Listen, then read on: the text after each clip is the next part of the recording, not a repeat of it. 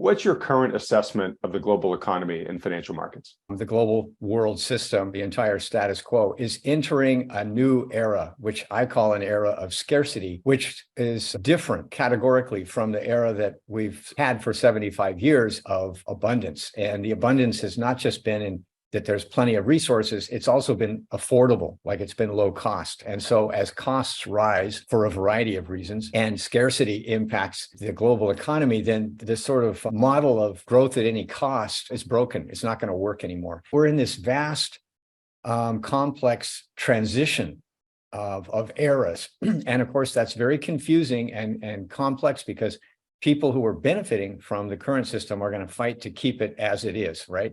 And then the forces of adaptation and evolution are trying to sort out what's the best way forward. On top of all this, I'm also seeing that the metrics we use are basically like a horse-drawn carriage from 1890. I mean, GDP, corporate profits, how we measure growth, prosperity, they're really so outdated that they're not really helping us. And so we need to develop an entirely new set of metrics to help guide us.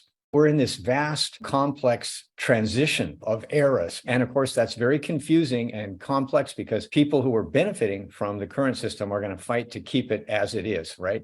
And then the forces of adaptation and evolution are trying to sort out what's the best way forward. We're in for a period of turmoil, which is not all bad. In other words, when you're going to make a huge transition, whether it's a household or an enterprise or a nation or the global economy, you're going to go through a lot of ups and downs as this gets sorted out.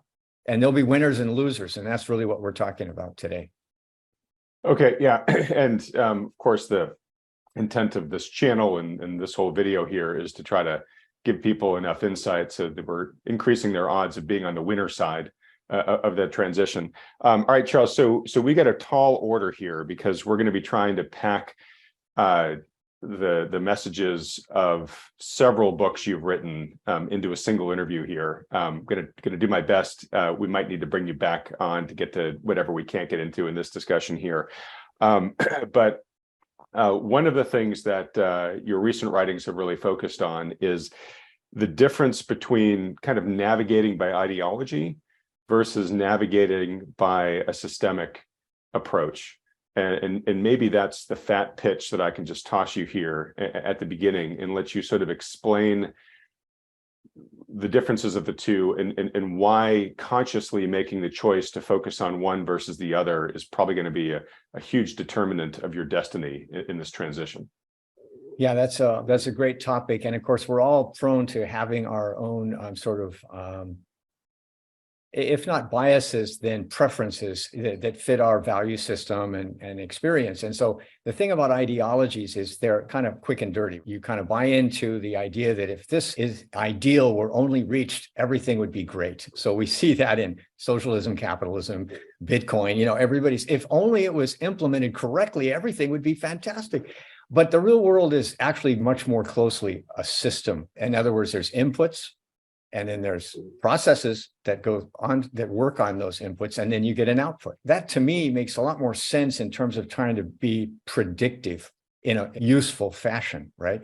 Either you change the inputs or you change the processes or you change both of them, or you're going to get the same output. You've written here that all socioeconomic systems evolved as problem-solving structures. So there's a reason that they were created, right? And we relied on these things to provide the basics for living, right? I mean, food, safety, governance, all that type of stuff. So they all have a role. It seems like, and I don't want to put words in your mouth, but it seems like if these systems don't evolve, you end up having what you sort of alluded to in your first answer, which is you sort of start playing by this antiquated playbook.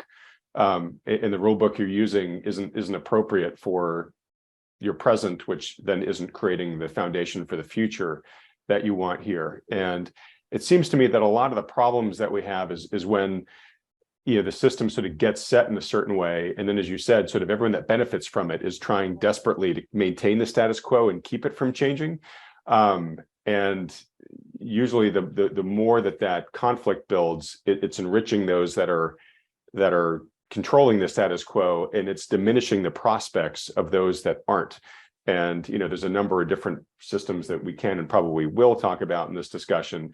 But if you just come to mind are like, the way that our capitalist system works these days is it's dominated now by a lot of kind of corporate cartels, right? So the pure capitalism that creates sort of freedom and fairness and equality of opportunity is really getting suffocated here from that. And then we see that get reflected. And also we can talk about the financial system as well, and some of the things where that's captured by the dominant interests, where the playing field is so slanted to the big money, and the individual investor gets the raw end of the stick. So I could probably go on in many different other examples, but can you talk about kind of this sense of like we these things evolved for a good purpose, they just sort of got bastardized as time went on. Do we need to throw everything out, or do we need to just sort of break everything down into its fundamental components and reassemble it for the type of future we want? Well, that's a great topic, Adam. And I think my basic perspective is that when you centralize power, which goes along with centralizing wealth, then those at the top tend to naturally want to maintain the system in the stasis, the fixed kind of the way it is now works for us. So let's keep it this way. And you can see that in like imperial China, the rise and fall of various dynasties. In other words, from a very long point of view, we see this in city states going back, 3,000-4,000 years, and nation states and empires. They all kind of fall into this trap of when they centralize power too aggressively, and there's no longer competition, competition both economically, politically, socially, then you basically suppressed natural selection, right? The society and the economy no longer have the means to adapt and evolve as conditions change. And so I'll give you a real world example today, I think, which is Michael Pettis, who's an expert on China and based in China, has done a good job explaining to the rest of us we get trapped in these legacy systems, which in China's case was the model of development that they chose was very heavily dependent on real estate, right? Building a lot of apartments. And of course, they needed housing. They were an underdeveloped country. And so all this made terrific sense in the 1980s and 90s, but it actually ended up being tied into these legacy systems, like local governments are largely funded by selling the rights to development. And so they're trapped now in this system because there's so many legacy players who are politically very powerful who are saying, this is the model that works for us, let's keep it. But it's like between 30 and 50 million empty flats in China that are just holders for excess capital. That's not necessarily healthy for the Chinese economy. And just depreciating along the way. Yeah, and so that model, it's a good example of how even, the smartest people in the room and the most effective, terrific models, they eventually become intermarginal returns. They stop working, but those people that are benefiting from them don't want them to stop working, so they try a lot of gimmicks and tricks, which puts the system at risk of it just increases the chance of systemic decay and collapse instead of just dealing with that one sector. And so kind of the short answer, I think, here is if you allow centralized power to become too dominant, then you get this kind of stasis. And what you want competing sectors, elements, political parties, et cetera, because that churn is how you adapt. Okay, so we have, at least right now, maybe some of this sclerosis of resistance to change. And we're now transitioning into this, what you called earlier, a vast and complex era of transition, right? That's going to be largely defined by scarcity, right? That resources are no longer going to be as abundant or low cost as we were able to enjoy, or at least we in the West will say have been able to enjoy over the past, century, basically, right? Maybe more. So I guess let's talk about the drivers of that scarcity. So why do you like what's the argument for why you believe we're going to be in this period of scarcity? And then let's talk about what kind of adaptation do we need, you know, if we're going to move away from the sclerosis to something that's going to adapt to this unfolding future. You know, what are the specific types of movements you think we need to do that well? Okay, those are great questions. And so I'll try to take the first one. And so the era of scarcity is driven, I think, by one pattern, which we can go back and look at history, and many historians have done this, Peter Turchin, for example, that humans over the course of civilization tend to increase their consumption, increase their population up to the level of their resources that they have. So things are terrific when you discover a new resource, right? And then it's a era of prosperity. Everything's abundant and cheap and everything's fantastic. And then the population and consumption rises up and starts soaking up that. And then if there's any sort of diminishment of those resources for climate change, which is a common element, you know, the little ice age in the 1600s was one of the factors that created like 30 years of war in Europe, right?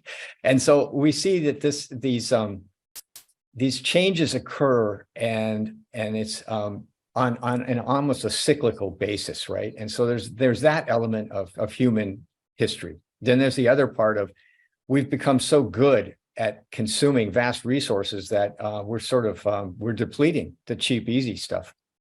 Doesn't mean it's gone, but it just means that it's going to be more expensive to go into places that don't have any roads, that are far from harbors, for example. And you're going to have to build an entire infrastructure to get to that mountain, to tear it down, to get to lithium. And, you know, you need tons of fresh water and so on and so forth.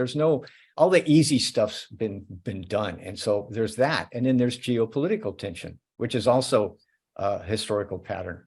Now that resources are scarce or perceived to be scarce or more expensive, then now there's going to be geopolitical conflict over who gets to control those resources. So I think those are the elements of scarcity.